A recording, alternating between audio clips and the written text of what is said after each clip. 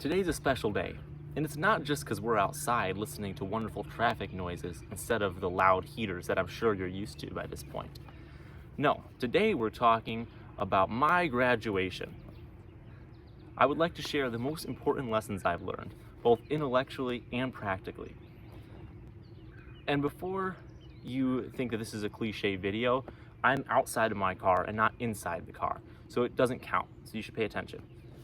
When most people are asked the point of college, the most common answer is probably to experience college life and maybe make some connections out of it, or more responsibly, to prepare me for a job. However, until the late 20th century, this was not the emphasis. Historically, universities could be summed up in one succinct purpose: the cultivation of virtue. Now that's one reason I've never heard any 20-year-old give for why they are studying engineering or computer science. It's definitely not the reason I would have given going into my freshman year. I don't even think I had a clear purpose besides make friends, learn as much about engineering and math as I can, and hopefully get married. Well, I was better at some of those than others, but by the end of my 3 years, I had a goal more in line with the original intention of universities. Beyond skills for my job someday, I've received discipline, wisdom, and stability. But most importantly, I've learned where those three things come from. So discipline might be one of the most obvious aspects of school I can think of. You need it to do well in upper level courses and plan your schedule. But that's not the only discipline I'm talking about.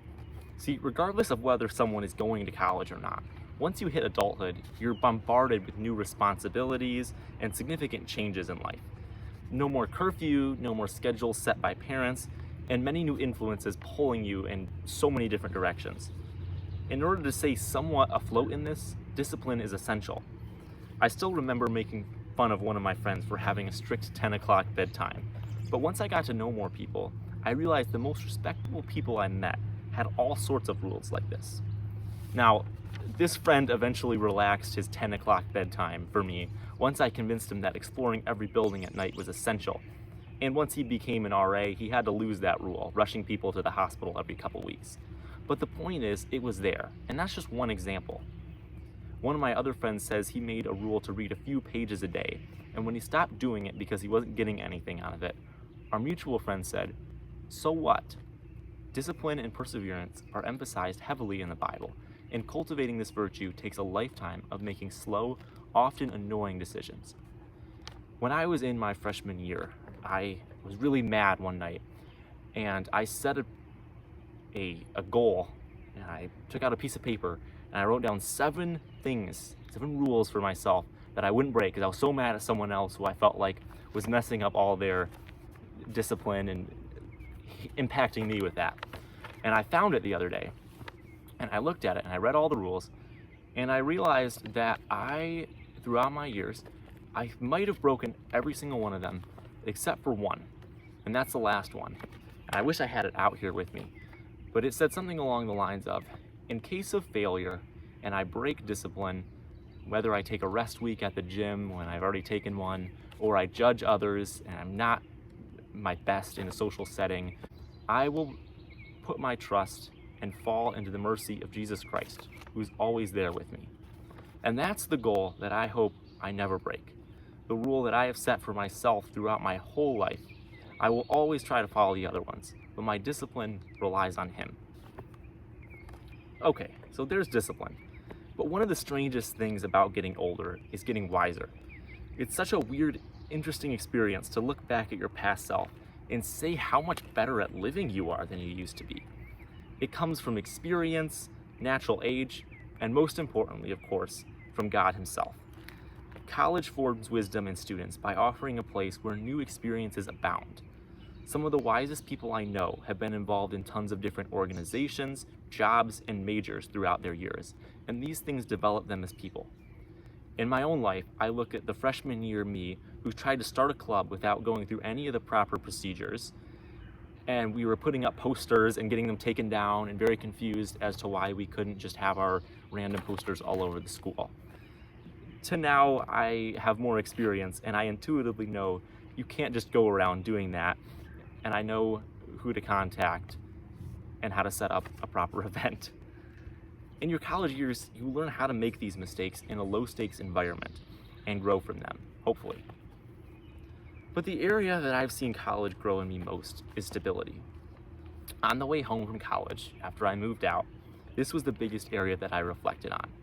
I said it was the biggest way I'd grown, but I didn't have a good definition for it then, because I was still unsure about a lot of grad school stuff and all the usual transition difficulties that come from this. I initially defined it as my reactions to bad news being much more calm and trusting God's plan better than the 17-year-old who usually found the closest, cheapest thing to break. But in this last month or so of reflection, I realized that even in my best times of college, my stability often depended on other things, such as friends and entertainment from my fun schedule. But these things shift and change with time, and if my foundation is built on them, something will end up broken. I reflected on this during my structure walk, of all things, and my summer job at Michigan's Adventure.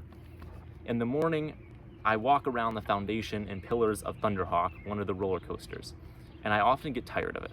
I've never found anything wrong with these giant metal pillars and huge cement blocks, and it's usually an hour of me walking around through spider webs, and I return saying, "Yup, all good," once again.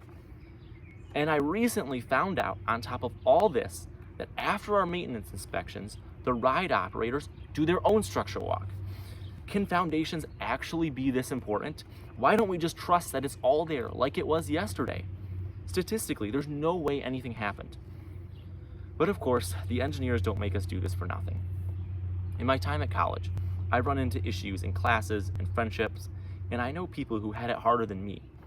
That's not even accounting for financial problems, mental health struggles, and the can of worms that is early adult relationships that are extremely common in college. So how can I possibly say that I gained stability during this time? Well, I can point to 2 times where I had a falling out with a friend in college, once in freshman year and once in senior year. Now, without getting into it, everyone is all good now and any misunderstandings have been smoothed over. But each one, I was very disappointed and angry that I had to see this person with all the tension surrounding us. In freshman year, I resorted to complaining behind their back, and I didn't give them the benefit of the doubt at all. The slightest thing during this time would just set me off, and that sounds pretty unstable to me. In senior year, a similar situation happened, and my immediate reaction was to pray every time I saw them. I at one point texted my friend saying, "I'm so embarrassed by how much I have to pray these days." But she responded with, "That's not embarrassing at all. You were made to communicate with your Creator." So I stopped being as embarrassed about leaning on God when I needed to. And looking back, I realized that things are very rarely stable in themselves. When I had to pray every single time I saw someone, sometimes several times a day, I was doing a spiritual structure walk. And now I think I can explain stability more. It's not trying to stand on your own. It's learning to lean on the one who can support you. I hope this is encouraging for you, whether you're in your early adult years in college, working, or somewhere completely different in life. Remember that discipline does not require you to be a 17-year-old just starting college. There's always time to break those unhealthy habits and lean on the one who can support you, even in your failure. There's always room to grow in wisdom when dealing with stressful coworkers, classmates, or family members. And I know people exercise a lot of wisdom when they deal with me. Never be embarrassed to do your spiritual structure walks. And if the world around you looks completely unstable, remember Peter, who when he looked down at the unstable waves beneath his feet, he began to sink. But when he looked at Jesus, he had never been more stable.